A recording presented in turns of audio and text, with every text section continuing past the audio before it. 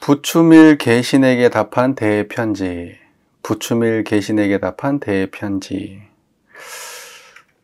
보내주신 편지를 보고 젊어서부터 이 도를 향한 믿음이 있었지만 만년에는 지혜의 장애가 되어, 이 지혜라는 게 아르말이에요. 지혜. 이 아는 것이 장애가 되어서 아직 깨달아 들어가는 곳을 오입처라고, 깨달아 들어가는 곳을 오입처를 찾지 못하였기에 밤낮으로 도를 체득하는 방편을 알고자 한다는 것을 알았습니다. 그 편지에다 그렇게 써서 보낸 거예요. 내가 지금 젊어서부터 이 도를 깨닫고 싶었는데 이게 만년이라는 거는 이제 내가 이제 나이가 많이 찼다는 거잖아요. 이제 말년이 됐다는 거잖아요. 이게 만년이 돼가지고 그동안에 살아왔던 수많은 그 아르마리가 장애가 돼가지고 내가 오입처를 찾을 수가 없다. 깨닫는 곳이 어딘지를 내가 알 수가 없다. 예. 지금 그렇게 대종고한테 보낸 거예요. 편지를. 자, 이미 공의 지극한 정성을 알았으니, 이 부추밀 개신이죠. 부추밀 당신의 지극한 정성을 알았으니 감히 외면할 수 없기에 공이 보낸 편지에 의거해 몇 가지 말씀을 드려볼까 합니다. 이제 그 사람의 편지 글을 보고 자기가 답을 하는 거죠. 자, 보세요. 그러니까 여기에서 이제 핵심이 되는 건 뭐냐면, 지혜가 장애가 되어서 깨달아 들어가는 곳을 찾지 못했다. 지금 이거예요. 예, 요거에 대한 이제 자세한 설명이 나와요. 대의 입장이. 다만 이 깨달음을 찾는 것이 곧 도를 가로막는 아르마리일 뿐입니다. 뭐라?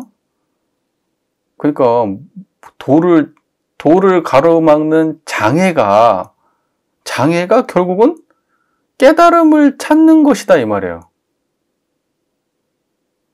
그러니까 뭐냐면 깨달음을 찾는 것 자체가 아르마리다는 뜻이에요. 깨달음을 찾는 것 자체가 아르마리고, 깨달음을 찾는 그 아르마리가 도에 들어가는 거에 방해가 된다는 얘기네요. 시작부터 그렇게 나오네. 그러게, 누구 들으라고 그러는가 보다. 그게 나오네요. 그 밖에 무슨 아르마리가 있어서 그대를 장애하겠습니까? 제일 큰 장애는 당신이 깨달음을 구하는 그게 장애입니다. 그 밖에는 뭔 더 큰 장애, 그게 제일 큰 장애다는 거예요. 그 욕망 때문에. 필경에 무엇을 일러 아르마리를 짓는 것이라고 하며, 당신이 지금 아르마리를 짓는다고 했는데 그 필경에 무엇이 아르마리를 짓는다고 당신은 지금 얘기하는 거냐. 필경에 무엇을 일러 아르마리를 짓는 것이라고 얘기하는 것이며, 아르마리라는 게 뭐냐, 당신이 얘기한 아르마리가. 그리고 아르마리는 어디에서 오는 것이며, 아르마리가 오는 곳은 어디야 도대체. 그러니까 당신이 앞에 얘기했죠. 깨달음이 무엇인지 알고 싶어하는 그 마음이 어디서 오냐는 거예요. 깨달음을 알고 싶어하는 그 마음이 어디서 오냐. 그리고 아르마리를 짓는다고 했는데, 그러면 아르마리라고 하는 거는 도대체 어디서 드러나는 거냐. 그리고 다시 장애를 받는 사람, 아르마리 때문에 장애를 받는다고 했는데, 그러면 장애를 받는 그거는 또 뭐냐? 무엇이 장애받는 거냐? 그러니까 아르마리라고 하는 것도 결국 이 자리에서 드러나는 거고, 장애가 된다고 하는 것도 결국은 이 자리가 장애를 받는다고 장애를 받는다고 생각하는 사람도 결국은 이 자리에서 그러는 것이고, 아르마리가 오는 그것도, 아르마리를 내는 그 자리도 바로 이 청정한 이 자리다. 그렇게 말하는 거예요. 제일 큰 아르마리는 뭐냐? 번뇌망상이지. 번뇌망상은 뭐냐?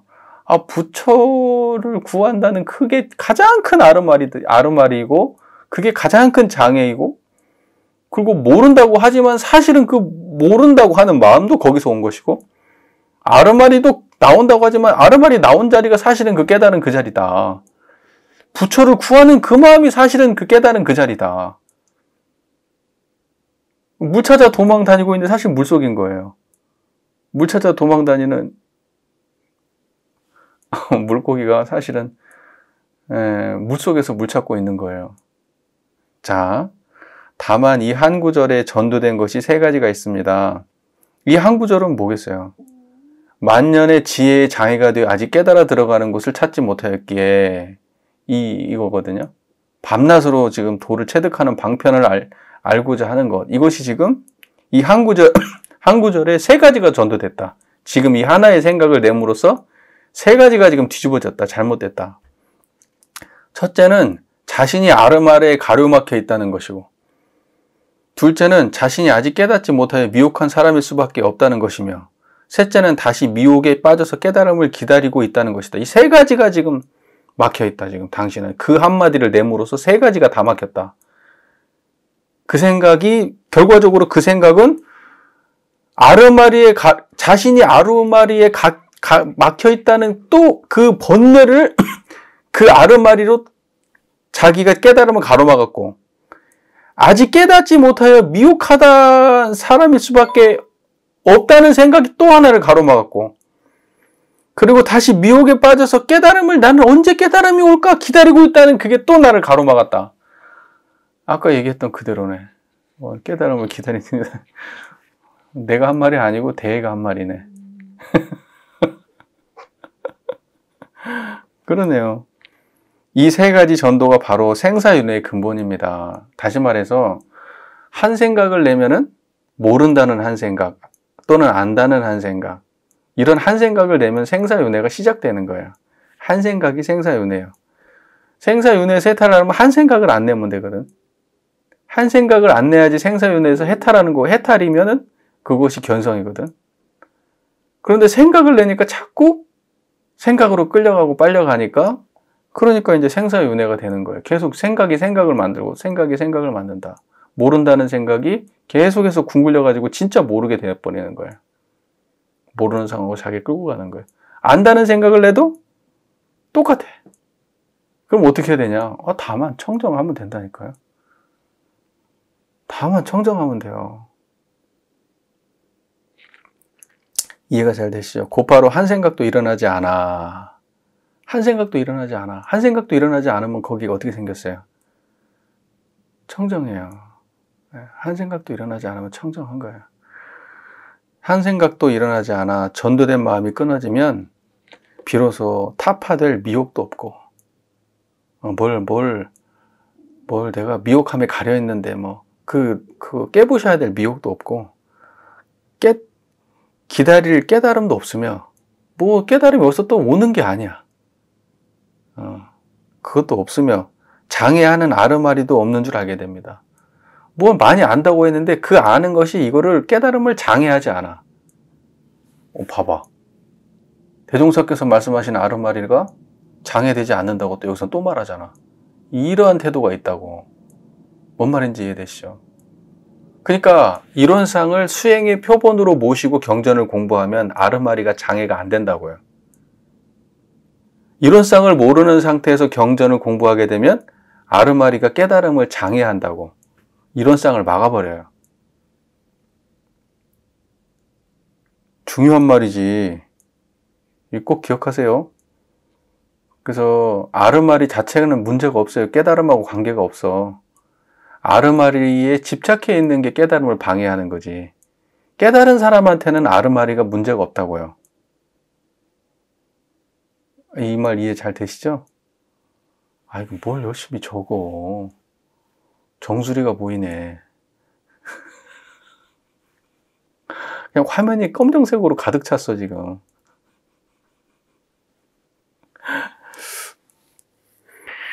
네. 마치 사람이 물을 마셔봐야 차가운지 따뜻한지 직접 아는 것과 같습니다. 물 마셔보면 차가운 줄 알고 따뜻한지 알죠. 이제 따뜻한지 따뜻한지 아는 그 자리가 깨달은 자리예요. 따뜻하다. 그래도 이 자리고, 차갑다. 그래도 이 자리지. 또는 깨달아 봐야 따뜻한지 차가운지는 먹어봐야 아는 것과 똑같아. 일단 그 경지에 들어가 보면 확실히 구분할 수 있어요. 맞는지 틀리는지, 내가 지금 옳게 가고 있는지 아닌지. 오랫동안 하면 저절로 그러한 견해를 일으키지 않게 됩니다. 꾸준히 그 자리를 유지하다 보면은 내가 뭐 모른다는 생각, 아르마리 때문에 안 된다는 생각, 깨달음이 언제 오냐는 생각, 그런 생각이 없다고, 아예. 그러니까 집중을 해가지고 좀 시간이 지나야 돼. 보면 얘기 듣고 이해됐다고 바로 되는 건 아닌 것 같아요. 그건 맞아. 시간이 필요해. 대웅사께서도 오래오래 계속 그랬는데 내가 볼 때 방향이 맞아도 확실하게 자기가 스스로 맞아. 내가 찬물 뜨거운 물 구분할 정도로 분명하게 내가 그 자각이 되려면 시간이 좀 걸려요. 자, 그래서 오랫동안 하면은 그러한 견해가 안 생긴다고. 깨달으면 길어지지도 않고 아르마리가 장애가 된다고 생각하지도 않아요. 그 다음에 부처가 깨달음이 뭔지 막 이런 걸 구하지도 않아. 그걸 구하지 않을 때 깨달은 사람이에요. 이 말은 지금 구하지 않는 수많은 사람들을 대상으로 한 말이 아니에요. 예, 불법을 구하는 사람이 구하지 않게 될 때가 온다고. 그러면 그 사람이 깨달은 사람이라고. 왜냐면 물이 무엇인 줄 알았기 때문에 물을 안 찾아요. 알고 나면 안 찾아. 모를 때 찾는 거지. 이미 자기 삶에 내가 이미 그 속에 산다는 거를 자각했는데 따로 찾질 않죠. 네. 자, 다만 능히 아르마리를 아는 그 마음을 살펴보십시오. 아르마리를 아는 그 마음을 살펴보십시오. 이런 게 방편이죠. 언어적 방편. 아르마리를 아는 그 마음을 살펴보십시오. 이 소리 듣는 그 마음을 살펴보세요. 저를 보는 그 마음을 살펴보시고, 우리가 지금 여기서 공부하는 게 다 아르마리인데 이 공부를 하고 있는 그 당처를 보세요. 그래서 교학 공부를 사람들이 막 무시하는 쪽에서는 뭐 한편으로는 교종은 절대 깨달을 수 없다 이렇게 얘기하거든요. 근데 교종에서 또 얘기하는 사람들은 또 뭐라고 얘기하냐, 경전 보다가 경전 있는 놈을 본다 그렇게 얘기하거든요. 경전에서 설명하고 있는 그 내용이 공부하는 이것이구나 라고 알게 된다는 거예요. 그러니까 무시할 얘기만도 아니지. 자, 그 마음을 살펴보십시오. 도리어 장애가 있습니까? 여러분한테 묻고 있습니다. 장애가 있습니까? 청정하지 그냥. 거기 무슨 장애가 있겠어요. 능히 아르마리를 알아차리는 마음에 또한 허다한 것들이 있습니까? 없습니까? 뭐가 많이 있어요 그 안에? 청정한 그 자리에 뭐가 막 있어요? 아르마리로 환히 드러내고 있는 그 자리에 뭐가 또 있어요? 아무것도 없잖아요. 청정한 그 자리가 아르마리를 드러내고 있잖아요. 이거 써있네. 잘 써있네. 예로부터 큰 지혜를 갖춘 사람들은 모두 아르마리로 도반을 삼고, 보세요. 이제부터는 뭐 긍정하는 말이 나오는 것 같아. 자, 예로부터 큰 지혜를 갖춘 사람들은 모두 아르마리로 도반을 삼고, 아르마리로 방편을 삼으며, 아르마리로 평등한 자비를 실천했고, 아르마리로 모든 불사를 지었습니다. 그러니까 아르마리가 필요하다는 얘기네. 맞네? 아르마리로 깨달을 수 없다고 해놓고 갑자기 이 얘기 나오네? 전혀 다른 얘기를. 왜 이렇게 얘기할 수 있어요? 깨달았으니까 하는 말이에요, 이게. 깨달은 경지에서는 이렇게 하는 거예요. 그러니까 원불교는 이렇게 하는 공부라고. 그래서 원불교에서는 아르마리를 중요하게 생각하는 거예요. 이게 대해하고 맞네. 대종사님하고. 그러니까 대해 서장은 보면은 이러한 대해가 기본적으로 서장은 출가도 물론 몇 명 등장하지만 대부분 제가불자를 대상으로 하잖아요. 사대부를 대상으로. 그 사람들은 가치 추구하는 사람들이란 말이에요. 세속적 가치 추구를 하는 사람들이에요. 그 사람들을 상대로 완전히 그냥 행위적인 것까지 출세관적인 거를 요구하지 않아요. 그 사람들은 자기의 삶 속에서 도를 구현해야 되잖아요. 그 아르마리가 불필요하다. 아르마리라고 하는 게 불가피하다고 삶에서. 그런 사람들한테 그냥 일방적으로 아르마리를 떼고 깨달음을 따로 말한다? 그럴 수가 없는 거예요. 그리고 선가에서의 깨달음이라고 하는 거는 죽어있는 깨달음이 아니에요. 정에 치우친 깨달음이 아니야. 살아 숨쉰다고, 살아 움직이는 깨달음이라고. 그러니까 일상에서 깨달음이 유지되는 게 선가에서 추구하는 본래적 깨달음이에요. 근데 아르마리가 깨달음을 가로막는 장애가 된다고 얘기해버리면 안 된다고. 아르마리하고 깨달음은 섞이지 않아요. 원불교는 그래서 아르마리를 얘기하는 거예요.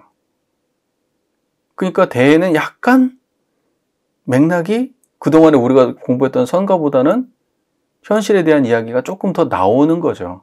그럼 과거에는 전혀 없냐? 아니야, 과거에도 있긴 있어. 근데 비율적으로 많이 적은 거지. 선가의 모든 책들을 통틀어서 얘기하면은, 예를 들면 견성 말고, 그러니까 이 불이법과 이법을 비율을 따지자면 불이법이 95% 이상 넘어요. 95%가 뭐야? 99%는 될 거야. 예. 그리고 한 1%나 그냥 많아봐야 그냥 0.5%나 이 정도나 이제 불이법 얘기, 이법에 대한 이야기를 하는 것이, 이 아르마리가 이법에 대한 얘기잖아요. 무슨 말인지 이해되시죠?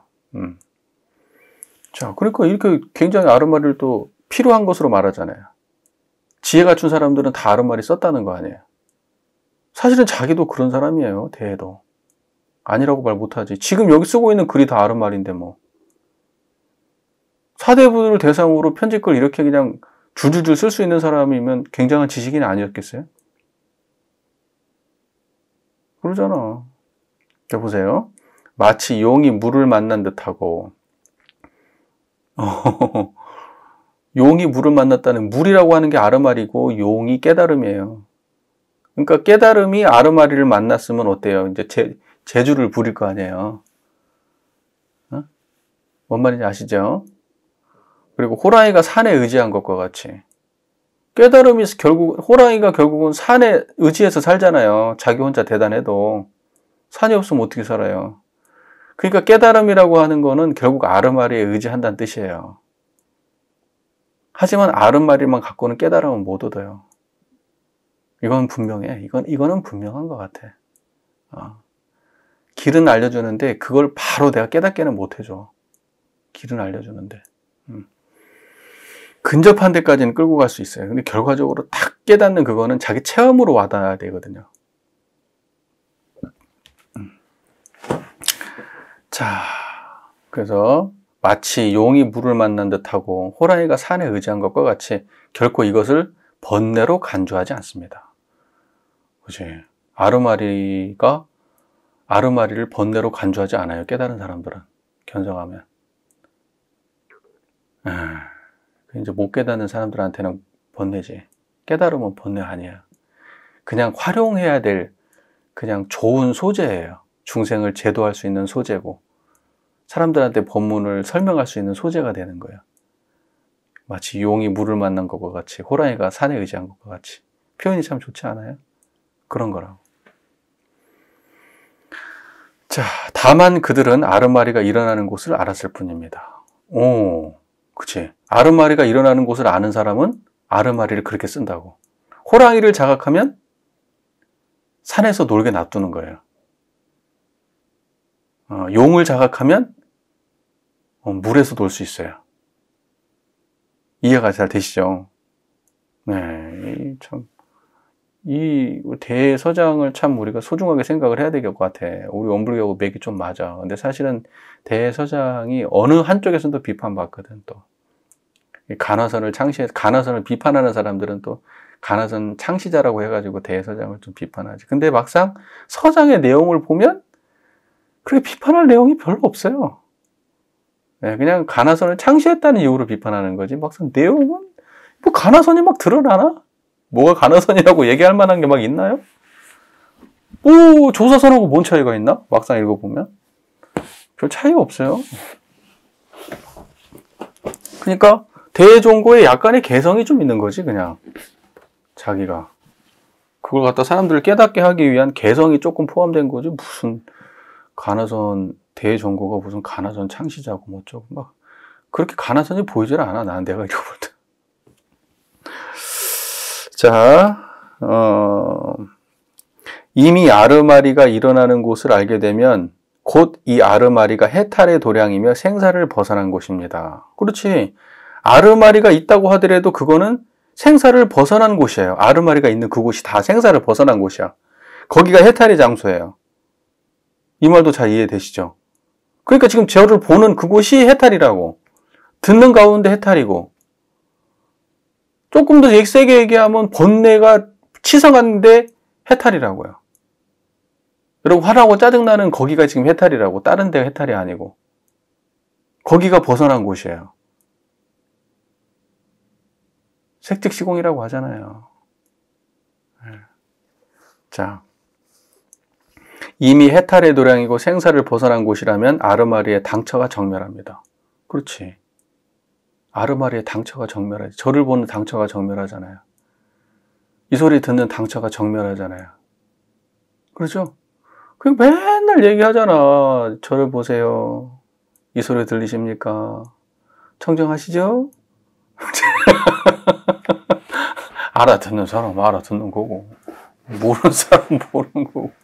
아르마리의 당처가 정멸이에요. 그러니까 여러분, 육근을 쓰는 그 당처가 다 정멸이에요.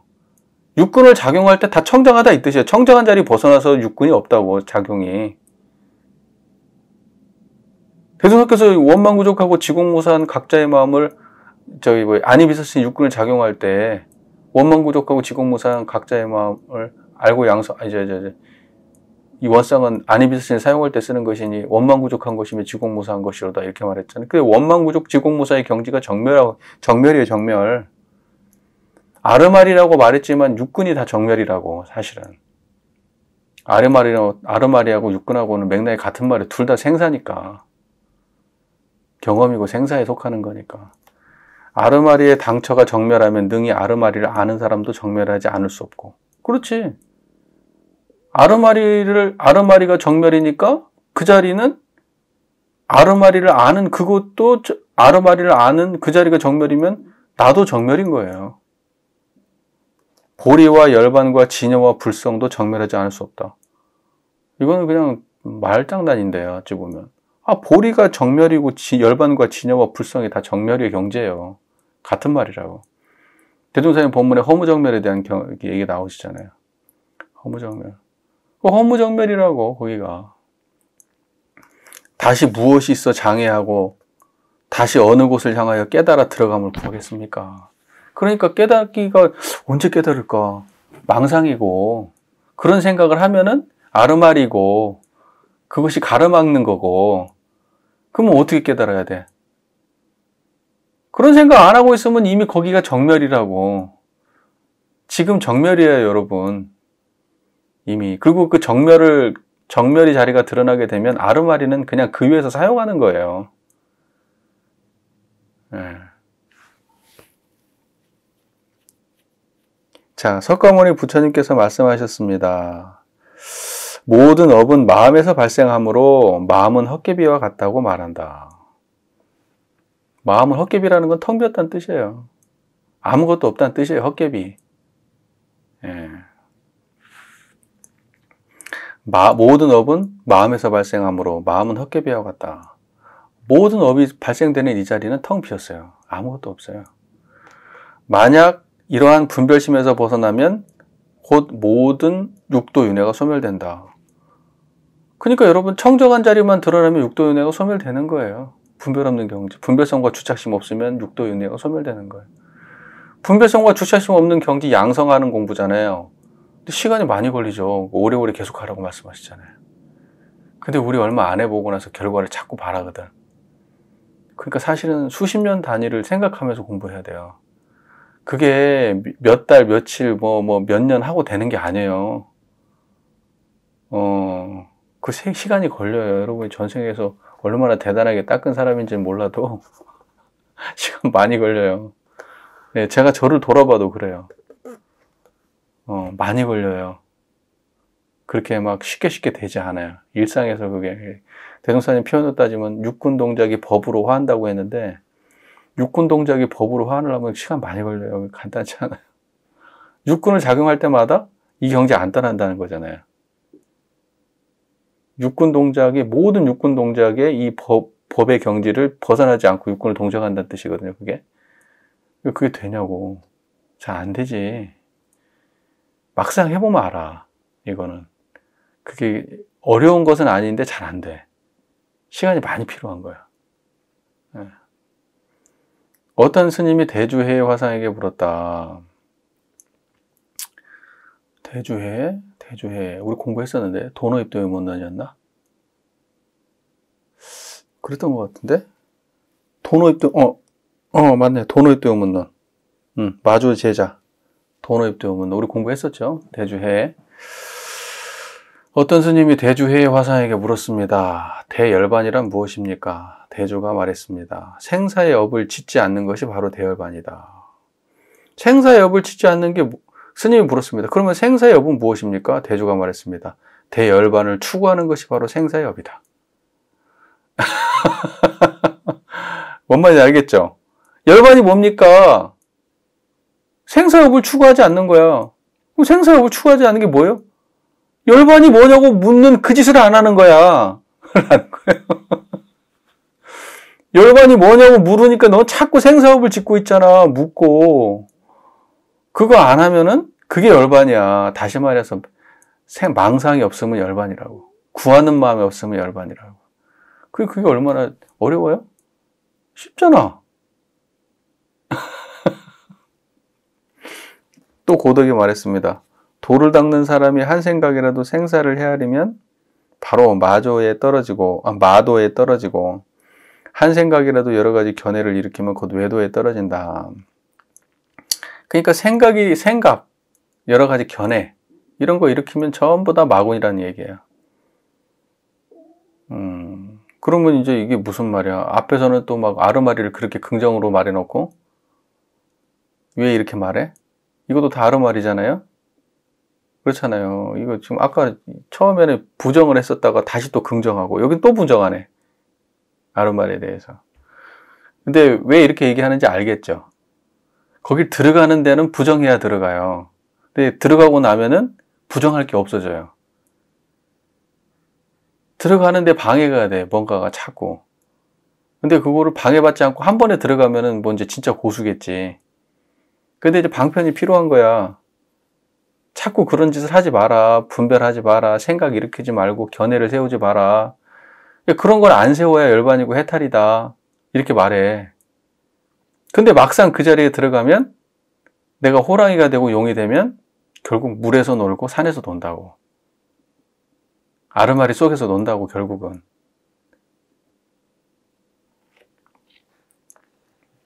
또 정명거사는 말했습니다. 모든 마구니는 생사를 좋아하지만 보살은 생사를 버리지 않는다. 마구니는 생사를 좋아하지만 보살은 생사를 버리지 않는다. 이건 무슨 뜻이에요? 약간 좀 보자면 생사를 좋아한다는 거는 적극적으로 추구한다는 거잖아요. 마구니들은 생사를. 버리지 않는다는 거는 뭐예요? 추구하는 것도 아니고 버리는 것도 아니라는 얘기예요. 무슨 말인지 알죠? 버리지 않는다는 의미가 어떤 의미예요? 막 추구한다는 건 아니잖아. 그렇죠? 그런 거예요. 거기에 막 끄달려가지고 거기에 추구하고 빠져있고 막 이러지 않는다는 거예요. 그리고 또 버리려고도 애쓰지도 않아요. 뭔 말인지 알겠죠? 방해가 되지 않는다는 뜻이에요. 그러나 이제 공부가 없는 마구니들은 어때요? 생사를 갖다가 좋아해서 추구하는 거예요. 네. 지식이 좋아. 법문이 막 좋아. 아르마리가 막 좋아. 그래서 추구하는 거예요. 그런 마군이에요, 마군이. 외도는 갖가지 분별 견해를 좋아하지만 보살은 갖가지 분별 견해에 흔들리지 않는다. 무슨 뜻인지 알죠? 그러니까 분별 견해가 없다는 뜻이 아니라 외도는 좋아해서 분별 견해를 좋아하지만 불보살은 좋아하고 싫어하는 마음이 없다고요. 그러니까 버리려고 하는 마음도 없는 거예요. 그것이 이제 바른 거죠. 버리려고 막 애쓴다는 건 어떤 의미예요? 끌려 있다는 의미예요. 끌려 있으니까 버리려고 하는 거예요. 이것이 바로 아르마리로 도반을 삼고 아르마리로 방편을 삼으며 아르마리로 평등한 자비를 실천하는 것이고 아르마리로 모든 불사를 짓는 본보기입니다. 자, 이제 우리는 아르마리를 그럼 어떻게 대해야 돼요? 막 추구해야 돼요? 아니면 담담하게 옆에 두고 같이 사는 거예요? 그런 거죠. 막 좋아서 추구하고 그러는 건 다 마구니 짓이고 그냥 있는 거를 있는 그대로 받아들이고 굳이 버리려고도 안 하고 굳이 추구하려고도 하지 않고 그 속에서 사는 거예요, 같이. 이제 이게 바로 아르마리를 대하는 우리의 태도라는 겁니다. 공부하는 사람들의 태도. 막 좋아서 추구하면 안 돼요. 그러면 생사심으로 떨어지는 거야. 마구니짓 하는 거고. 조사서는 그런 거예요. 예, 원불교는 막 좋아하는 건 좋아하는 마음으로 구하는 게 아니라 청정한 마음으로 구해야지, 아르마리를. 그게 이제 바른 수행이죠. 이런 쌍을 근본으로 세우고 아르마리를 구해야 되겠지. 그거 빼고 아르마리를 구하면 어떻게 되겠어요? 좋고 싫음에 끌려가지고 구하겠지, 아르마리를. 그러면 아르마리의 내용도 어떻게 편협하겠지. 좋고 싫음에 끌려서 구하니까. 그러지 않겠어요? 그러면 그 지혜라는 게 편벽되겠지. 활용되는 지혜라는 게. 예, 그러니까는 역시 무언가를 새로 얻고 구해도 청정한 자리에서 해야 되는 거예요. 그래야 제대로 쓰이는 것을 구해진 그것이 제대로 올바르게 쓰이는 거예요. 법답게. 근데 구할 때 편협하면 쓰일 때도 편협한 거예요. 그래서 역시 아르마리는 청정한 자리에서 구해야 된다. 그리고 청정한 자리로 대해야 된다. 청정한 자리로 사용해야 된다. 이걸 이제 잊지 말아야 되겠죠. 우리 언어로 따지면. 지금 원불교가 얼마나 심플해요? 자, 볼게요. 다만 그들은 삼아승직업이 공하고 생사와 열반 모두 적정임을 요달했을 뿐입니다. 와, 이거 길다. 여기까지는 해야 되겠네. 그래서 길지만, 그죠? 모두 적정임을 요달했습니다. 적정, 열반 적정 들어봤죠? 적정. 고요하고, 자, 보세요. 삼아승직업이 공하다. 삼아승직업은 뭐예요? 오랜 시간이에요. 그 시간이 끊어졌다는 얘기예요. 이 자리에서. 그리고 생사와 열반도 모두 고요하다. 이런 뜻이에요. 생사도 없고 열반도 없어요. 아직 이러한 경지에 도달하지 못했다면 삿된 스승들, 삿된 스승들, 삿된 스승들, 사사배, 삿된 스승들을 이 제멋대로 터무니없이 짓거리는 말을 듣고 귀신굴에 끌려가서 눈을 감고 망상을 일으키는 일은 결코 없어야 합니다. 귀신굴에 끌려가서 눈을 감고 망상을 일으킨다.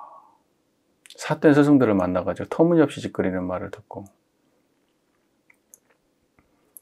그러니까 뭐냐면은 깨달음이 없는 사람들이 삿된 스승들을 만나서 잘못될 수가 있어요.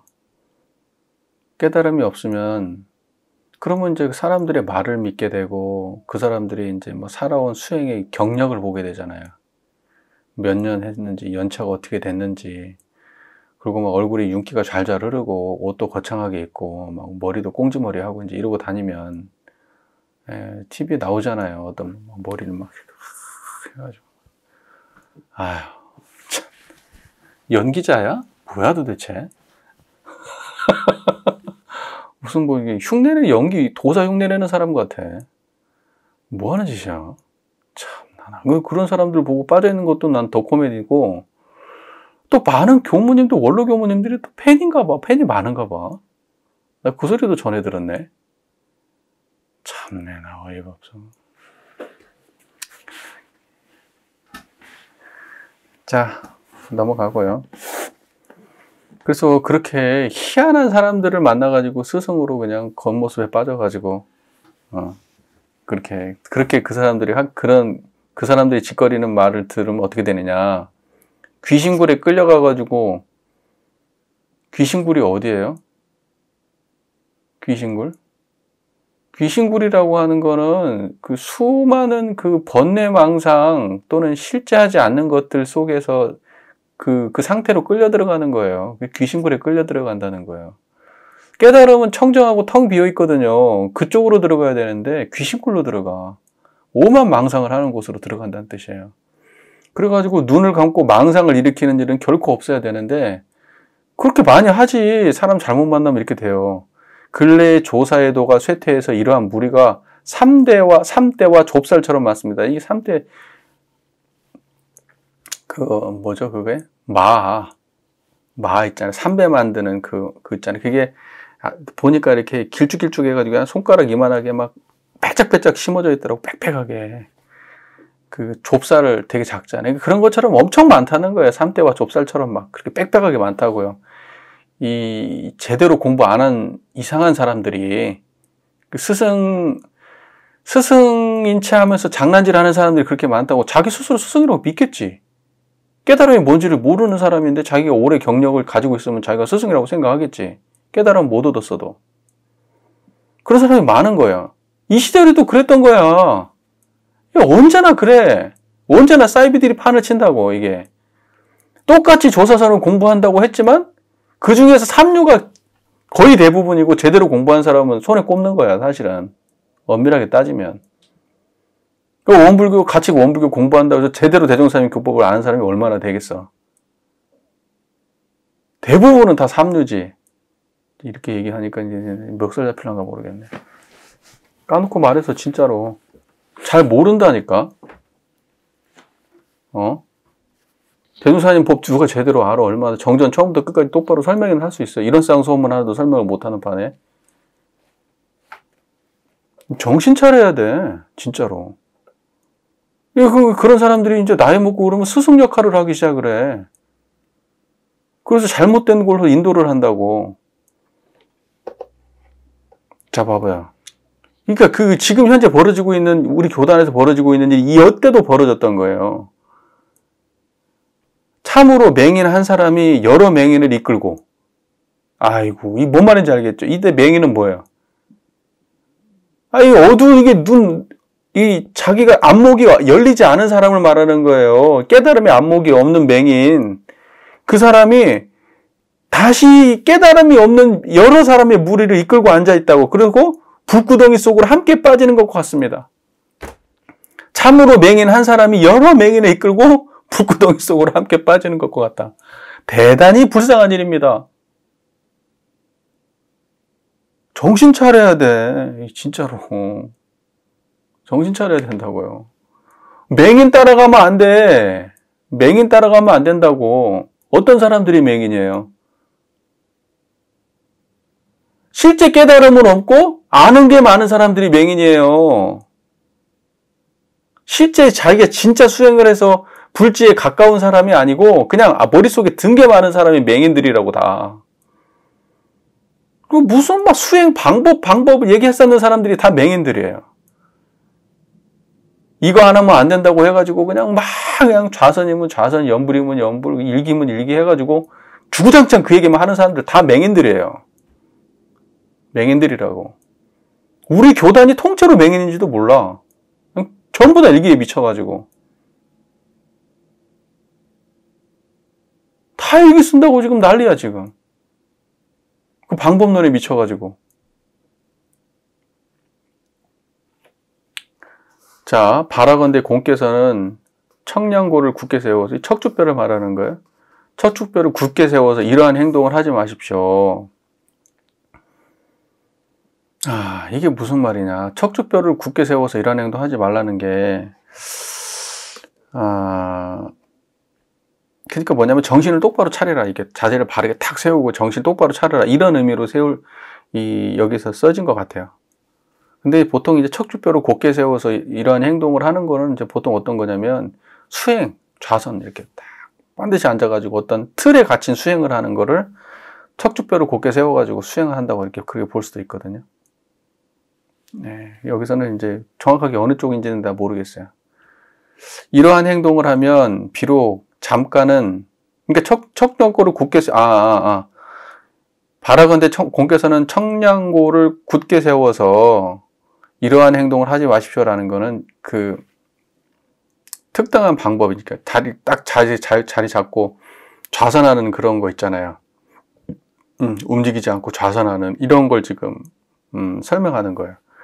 네, 그런 식으로 어떤 특정한 방법론에 고착된 공부를 하지 말란 뜻이에요. 선거에서는 좌선하는 거 배척합니다. 되게 싫어해요. 좌선하지 말라 그래요. 육조대사, 육조단경 공부해봤으니까 알 거 아니에요. 그리고 아까 우리 그 공부했잖아요. 그 술의 말. 그거 아무리 공부해도 소용이 없어. 좌선 안 하면 안 될 것 같은데. 그래도 해야 될 것 같은데. 다 그런다니까. 얘기해봐도. 대종사님이 그렇게 하면 견성한다고 써지지도 않는데 꼭 그런다니까. 양성 공부라고 말해도. 자, 이러한 행동을 하면 비록 잠깐은 냄새나는 가죽 부대를 구속하여, 맞네. 청량고를, 그러니까 척추뼈를 곧게 세워가지고 탁 앉아있는 이런 행동하지 말라는 거예요. 뭐 이제 좌선 열심히 하고 이제 이런 거 하지 말라는 거예요. 그런 거 하게 되면은 잠깐은 냄새나는 가죽 부대를 구속하여 구경의 경지로 삼을 수 있으나 심식이 어지럽게 날뛰는 것이 마치 아지랑이와 같을 뿐입니다. 수많은 번뇌가 또 일어난다고. 그렇게 몸을 반듯하게 세우고 오래 앉아있는다고 해봐야 무슨 장좌부를 한다고 하잖아요. 예? 그렇게 오래 해봐야 소용없다고. 이게 아마 이 동시대에 그 괭지정각선사를 비판하는 걸 수 있어요. 묵조선. 묵조선은 지관타자라고 얘기하잖아요. 그렇게 묵묵히 반주하잖아요. 앉아가지고. 그래가지고 좌선을 엄청 강조하거든. 앉아있어야 부처된다고 말하니까. 그러니까는 묵조선을 그때 당시에 묵조선을 갖다가 대해종고가 굉장히 신랄하게 비판하죠. 엄청 싫어해요, 묵조선. 그 묵조사선이라고 그래요. 묵조사선. 묵조사선. 묵조는 죽은 선이다. 그건 앉아가지고 그거는 앉은 병이 병신 만드는 선이다. 그거는 그렇게 말하거든요. 그러니까 이거는 지금 그걸 얘기하는 것 같아. 공께서 청량고를 굳게 세워서 이러한 행동을 하지 마십시오. 이러한 행동을 하면 비록 잠깐은 냄새나는 가죽 부대를 구속하여 구경의 경지로 삼을 수 있어. 잠깐은 되는 것 같아. 그게 그냥 뭔가 안정되는 것 같고 그냥. 하지만 심식이 어지럽게 날뛰는 것이 마치 아지랑이와 같을 뿐입니다. 계속 일어난다고. 자, 비록 심식이 잠깐은 멈추지만 마치 돌로서 풀을 눌러놓은 것과 같아서 이건 뭐 잘 아는 내용이죠. 여서갑초 아시잖아요. 예, 그냥 좌선 공부라는 거는 그냥 번뇌를 돌로 눌러놓는 것과 똑같은 거다. 예, 그런 것 같아서 자기도 모르는 사이에 다시 살아난다. 금방 살아나 버려, 번뇌가. 가라앉는 것 같은데 눌러놓으면 잠깐 안 보이는 것 같은데 금방 삐져나와 버려요. 이렇게 되면 곧바로 위없는 깨달음으로 구경의 안락에 이르고자 하는 것이 어찌 어렵지 않겠습니까? 구경 안락은 어렵다고. 결과적으로는 안 된다는 뜻이에요. 그렇게 해서 안락이 얻을 수 없다는 뜻이죠. 본인 역시 일찍이 이러한 무리들로 인하여 잘못된 적이 있었습니다. 이 대해종고가 처음에 그 인종법사를 맞나? 하여튼 이 사람 같이 같이 스승이 있었잖아요. 그 스승을 만나기 전에 이 사람이 같이 누구랑 공부를 했냐면은 묵조선 계열의 사람들하고 공부를 했어요. 묵조선 계열의 사람들하고 공부를 했던 사람이에요. 대해종고가. 그랬다가 이제 거기서 깨달음을 못 얻고 이제 그 이후에 깨달음을 얻게 돼요. 결과적으로는 이제 원호극근 선사를 통해서 깨달음을 얻었다고 봐야 되겠죠. 궁극적으로는. 그렇기 때문에 이 사람은 더 신랄하게 비판하는 거예요. 그게 잘못됐다라고. 뒷날 참다운 선지식을 만나지 못했다면 아마도 일생을 헛되이 보냈을 것입니다. 그죠? 자기도 만약에 제대로 된 사람 못 만나고 아까 얘기했던 여기 뭐죠? 스승들의 무리, 삿된 스승들 무리, 사사배들 만나가지고 잘못 공부했으면 평생을 그 짓 하다가 말았을 거다고 자기도. 자, 그 다음 문장 보세요. 아무리 생각해도 정말 참을 수 없는 일이었습니다. 이거 여러분 잘 기억하세요. 대종고의 이 말 여러분 기억하세요? 아무리 생각해도 정말 참을 수 없는 일이었습니다. 그러니까 지가 깨닫지도 못했으면서 깨달은 채 하고 사람들한테 이것이 맞다고 지도하는 그 짓거리를 해가지고 내가 지금 운 좋게도 내가 지금 제대로 된 스승을 만나는 바람에 내가 길을 제대로 잡았지. 안 그랬으면 내 인생 완전히 꼬라박았을 거 아니냐고 지금. 참을 수 없는 일이라고 진짜로. 승질을 한다고. 근데 내가 이걸 보면서 내 이 글을 보면서 나도 이거하고 똑같은 느낌을 받았는데 막 참을 수 없는 분노가 일어나더라니까 진짜. 참을 수 없는 분노가. 내가 열심히 안 했나? 난 내가 열심히 안 하고 내가 멍청하고 내가 근기가 둔하고 전생부터 안타까워가지고 난 이렇게 공부가 안 되는가 보다. 공부길을 못 잡나 보다. 이랬거든. 알고 봤더니 가르쳐준 사람들이 다 안목이 없는 사람들이었던 거야. 돌아보니까. 쥐뿔도 모르는 사람들이 아는 체를 했던 거야. 여러분 정신 차려야 돼. 여러분도 누군가한테 그런 사람이 사사배가 될 수 있어요. 정말로. 사사배가 안 돼야 되는 거야. 한 사람이 잘못 가르쳐 놓으면 그 사람 인생 어떻게 되는 거야 도대체. 깨달음의 문 중에 들어와가지고 우리가 왜 원불교에 출가를 해가지고 함께 전부 다 같이 공부하고 같은 일과를 보내면서 왜 그렇게 사는데. 이 교단의 역량을 믿었던 거 아니에요? 내가 여기 들어와가지고 이 일과를 같이 수행하면서 살면 깨달음 얻을 수 있다고? 그래서 공부길 잡은 사람이 얼마나 돼? 아직까지도 죽어라 일기 쓰고 앉아있으면서. 좌선 안 빠지고들 하시잖아. 그래서 그렇게 하고 나니까 이제 공부길에 화내?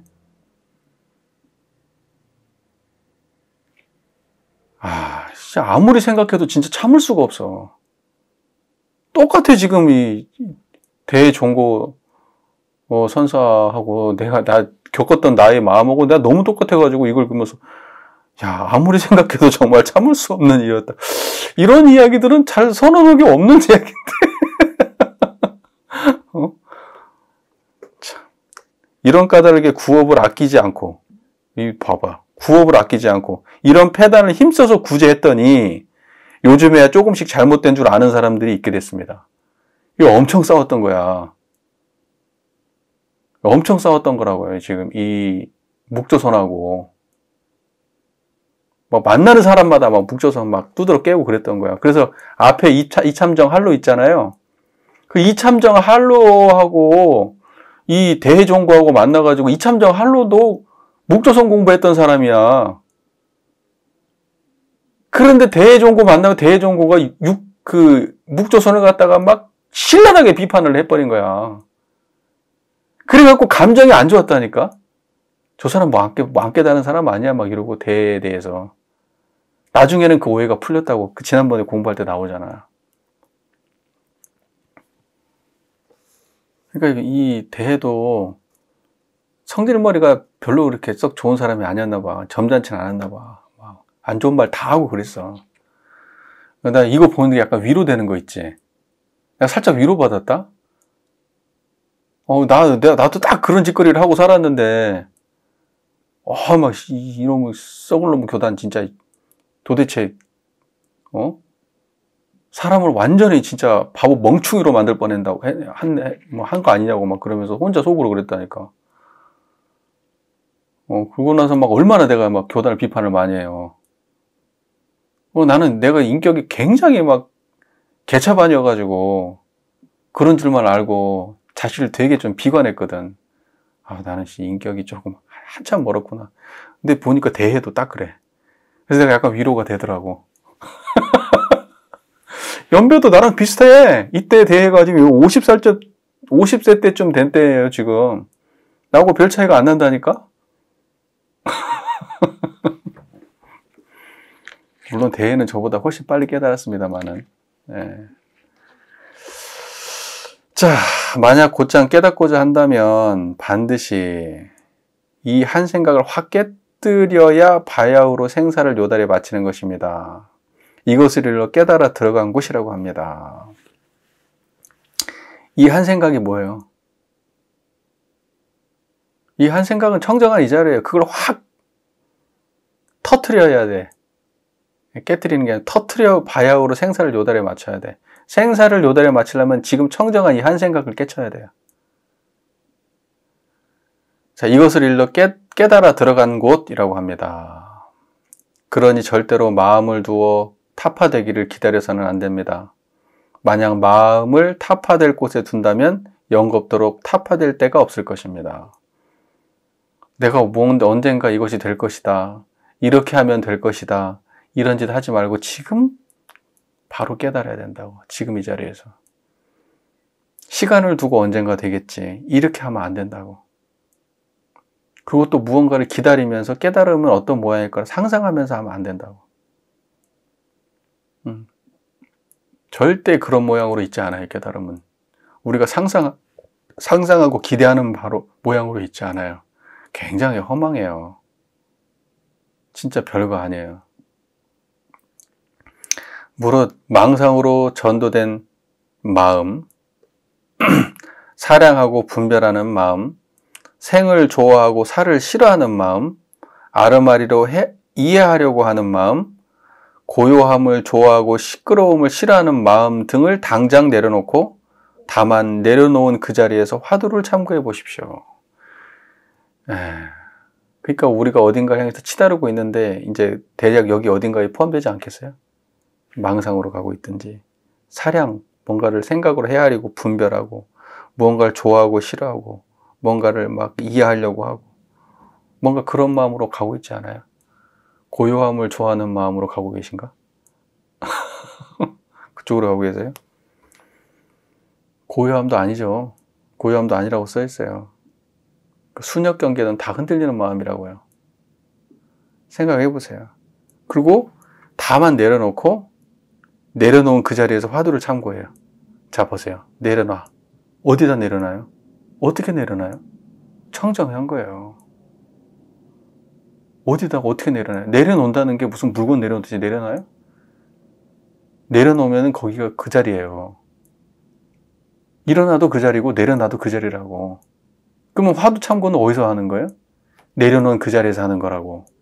이 중요한 말이에요. 번뇌를 모든 생각과 판단과 어떤 치달리는 어딘가를 향해서 가는 이 마음을 내려놓으면 내려놓은 그 자리에서 화두를 참고하는 거예요. 이제 요런 게 가나선이라는 거지. 이런 말들이. 자, 보세요.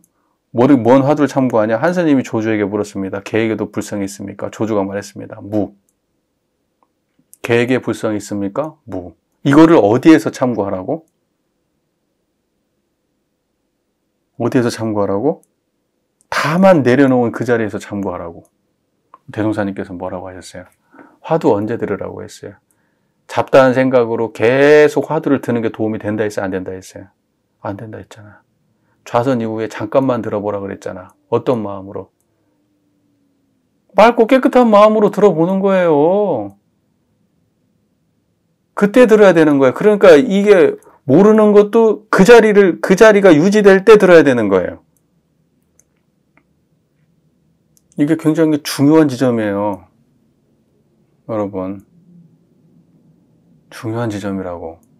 그러니까 불법에 대해서 뭔가 이렇게 내가 좀, 뭐 잘 모르겠다. 이 모르는 이야기 같다. 그러면 그걸 갖다가 의두연마 시간에 연마를 하는데 그 의두연마 시간에 그것을 굳이 좌선 뒤에 넣는 이유는 모든 번뇌망상을 깔아앉히고 그 자리에서 드는 거예요. 그 자리에서. 그러면 그것을 풀고 나면 그 자리를 알게 되는 거예요. 화두가 풀리면 내가 지금 드는 그 자리를 알게 되는 거예요.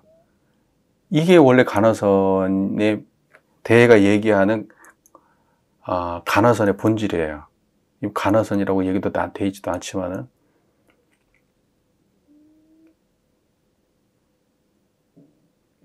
화두를 보는데 어디서 봐요? 청정한 자리에서 보는 거예요. 잡념으로 생각으로 읽는 게 아니고 청정한 자리에서 화두를 보는 거예요. 개에게 불성이 있습니까? 무. 무. 계획에 불성했습니까? 무. 아, 이게 무네? 이렇게 하는 거예요. 그 방편으로 내놓은 거라고요. 이거 되게 중요한 거예요.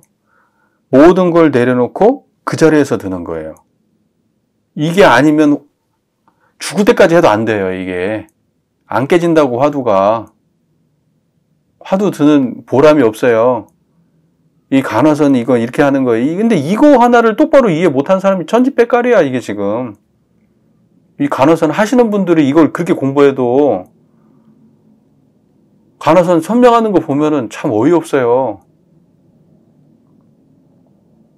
이게 중요한 거야, 지금. 여러분, 지금 이 간화선 이게 전문적으로 공부한 사람보다 더 잘하는 거야, 여러분.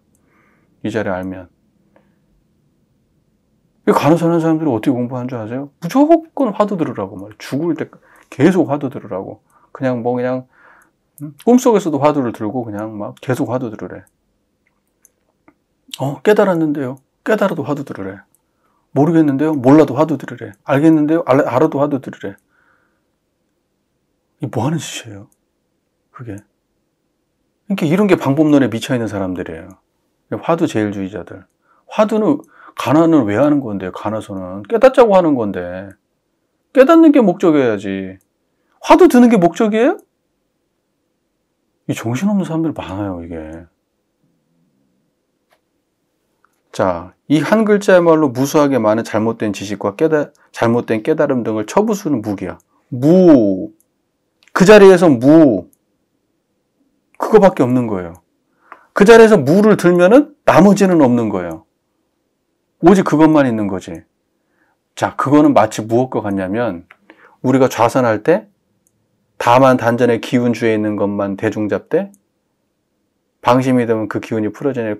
다시 챙겨서 기운주하기를 잊지 말라고 하잖아요.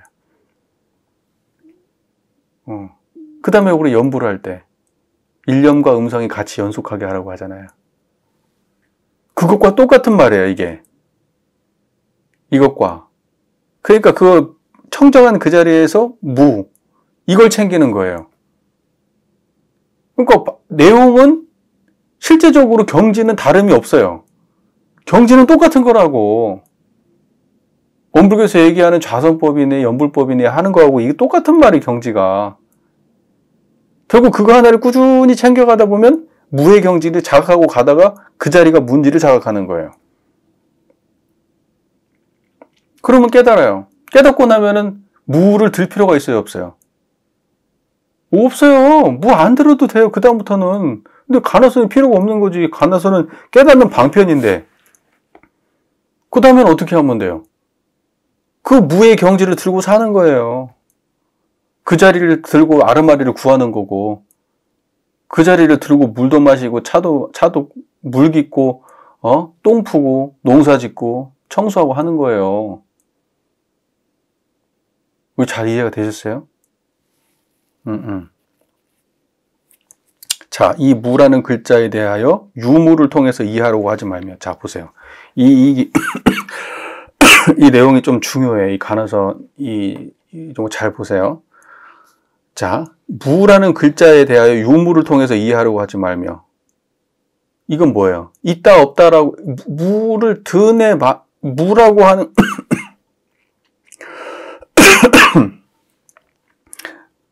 무라고 하는 글자 있고 없음이 본질이 아니라는 거예요. 그걸 통해서 이해하는 게 아니야. 그 다음에 도리를 통하 이해하지 말라고요. 도리를 통하는 건 뭐란 말이에요? 무언가 아르마리를 통해서 뭔가 이해를 통해서 그렇게 아는 것도 아니에요. 그렇게 아는 것도 아니야, 이거는. 그리고 의식으로 사량하고 헤아리지도 마라. 생각하지 말라는 거예요. 그리고 눈썹을 치켜들고 눈은 깜빡이는 곳에 마음을 두지도 말며. 이것도 생각하지 말라는 뜻이에요. 눈썹을 치켜들고 막 이렇게 눈을 깜빡이고 하는 건 뭐예요? 뭔가 알아내려고 하고 생각하려고 궁금해하고 하는 거잖아요. 그렇게 하지 말라고. 그리고 언어의 길에서 살 길을 도모하지도 말고. 그래서 언어를 통해서도 알려고 하지 말고. 그러니까 무를 해석하면 안 돼. 일 없는 곳에 마음을 두지도 말며. 한간 상태로 내가 유지하는 것도 아니야.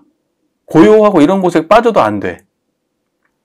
화두를 드는 곳에서 알려고 하지도 말며, 화두를 드는 곳에서 알려고 하지도 말며, 그때 알려고 하지도 말려면 이것이 무엇인가라고 하는 생각을 내지 말라는 거예요. 문자를 끌어들여 증명하려고 하지 마십시오. 그러니까 이 이야기를 통칭하면 한마디로 뭐냐면, 사량 분별 내지 말고 다만 그 자리를 쳐다봐라. 한 생각도 더 보태지 말라는 뜻이에요. 어떠한 노력도 더 감해하지 말고 다만 무가 드러난 그 자리를 그 모든 걸 내려놓은 그 자리에서 무를 들어라. 내려놓은 자리에서 무를 들어라. 오직 이걸 유지해라. 이거예요. 어떤 것도 하지 말라는 거예요. 이 내용은 다. 근데 우리는 지금 많은 사람들이 이걸 이 짓을 하고 있는 거예요. 생각을 하거나 분별하거나 판단을 하거나 느낌을 찾으려고 하거나 말뜻을 해석하려고 하거나. 근데 그거는 간허선이 아니라는 거예요. 이 간허선이라고 되어 있는 건 아니지만 하여튼 대종고의 방편은 아니에요. 그런 의도가. 그럼 간단하네? 되게 심플한 거 아니에요? 그러니까 제가 항상 하는 말이에요. 무자를 이건 무를 챙기라고 했지만은, 무는 뭐 하려고 챙겨? 그냥 청정하면 되는 거를. 안 챙겨도 돼. 무는 왜 챙겨?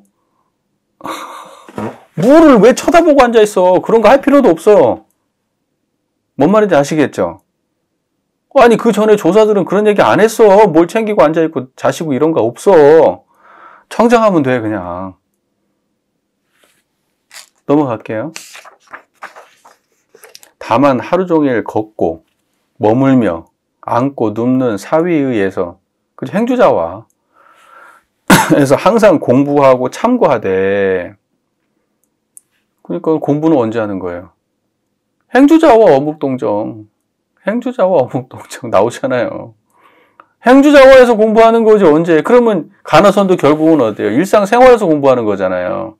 왜 간허선 하는 사람이 묵조선을 비판했냐? 묵조선은 생활을 빼고 공부를 시키니까 그러는 거예요. 생활과 동떨어진 공부를 시키고 특별한 방법을 동원해가지고 그걸 하면은 깨달을 수 있어 하고 앉혀놓으니까 그런 거예요. 오래 앉아 있어야 된다고 말하거든요. 간허선. 앉는 게 굉장히 중요한 방법으로 제시가 돼. 묵조선은. 근데 간허선은 아니야. 간허선은 행주자와 할 때 하는 거야. 앉아있지 말라고 해. 앉아있다가 일어서면 원래대로 돌아가 버려요. 중생이 돼버려, 그냥. 묵조선은. 자, 개에게도 불성이 있습니까? 무라고 한 것을 일상에서 떠나지 않게 하십시오. 개에도 불성이 있습니까? 무라고 한 것을 일상에서 떠나지 마라. 그러면 무라고 하는 거는 항상 청정한 자리를 챙기라는 뜻이지.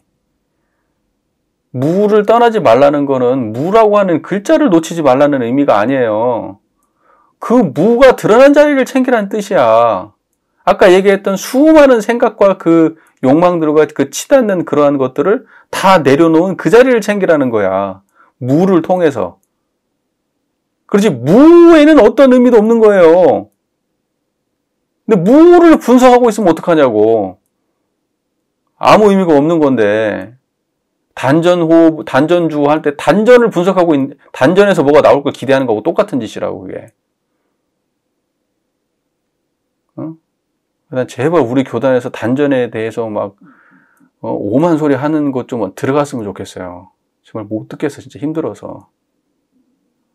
왜 대종사님이 하지도 않은 이야기를 이렇게 주구장창 오만 얘기가 다 나와. 단전에 그냥 어떤 얘기가. 그럼 어떤 분이 또 그래가지고 교무훈련 때 와가지고 선을 잘하시는 유명한 분이 오셔가지고 또 막 선 설명하는데 우리 자선법하고 상관없는 얘기가 얼마나 나오는 줄 알아요? 네? 단전이 어떻게 어떤 스승님하고 모욕탕을 가는데 단전이 어떻게 생겼다더라. 성기는 어떻게 생겼다더라. 이런 소리를 하고 앉아있는데 나 정말 미치겠더라고, 진짜. 공부를 하면 그렇게 된대요.